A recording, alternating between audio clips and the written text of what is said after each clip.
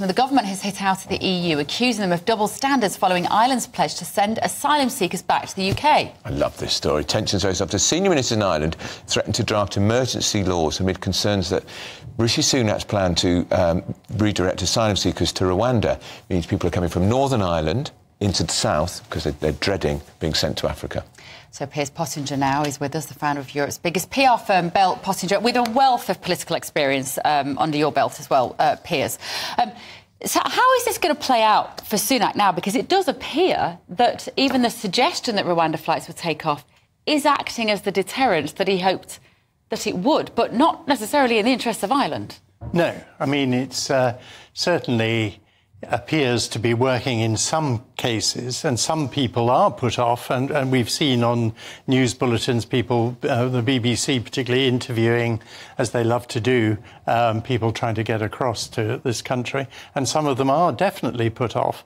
But the funny thing now is that Ireland is seeing what it's like being in the EU, because of course we'd like to send a lot of these illegal immigrants back to France, but we can't because of EU laws, which I'm still a bit baffled by, because I thought we'd left the EU.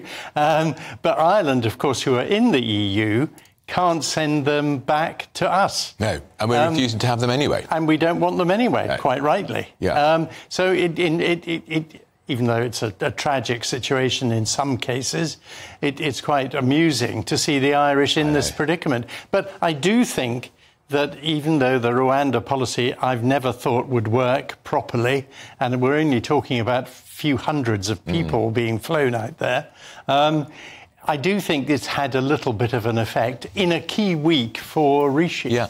Also, Piers, in the Sunday papers this weekend, the revelation that the European People's Party, its most famous member is Ursula von der Leyen, the head of the European Commission, they are now looking at a safe third country to process asylum applications. So we're there first. Absolutely. Well, maybe they'll send them to Rwanda. Maybe they will. And, I mean, and also I think Rwanda, I saw some research that said Rwanda is a lot safer than London. Yeah, well, Ireland... certainly they solve more crimes than they do in London. And, of course, in Ireland says we can't send these asylum seekers back to Britain because Britain's not a safe country because of our policy on Rwanda. No. You couldn't make any of this up. No, I mean, if Sadiq Khan wins the mayoral election, I'd like to send him to Rwanda on a fact-finding mission to see how they solve crime. Well, talking of crime, Mark White's very excellent package, Piers, about how some of these wretched men are using children as human shields to stop them getting on the boats. What do you think about that? Well, of course, one died the other day, and that's tragic, absolutely tragic. But, I mean, these criminals who are making huge sums of money by human trafficking have no morals, have no integrity. They don't give a damn. They're just interested in money to fuel their own lifestyle. It's horrific. But again, it's very hard to stop this, particularly when the French don't seem to be helping us much. And the French police normally are quite keen on a punch-up, and I'm surprised they haven't actually stopped more people. When we saw some of the footage of them trying to pretending to stop people, which they could easily, surely have done.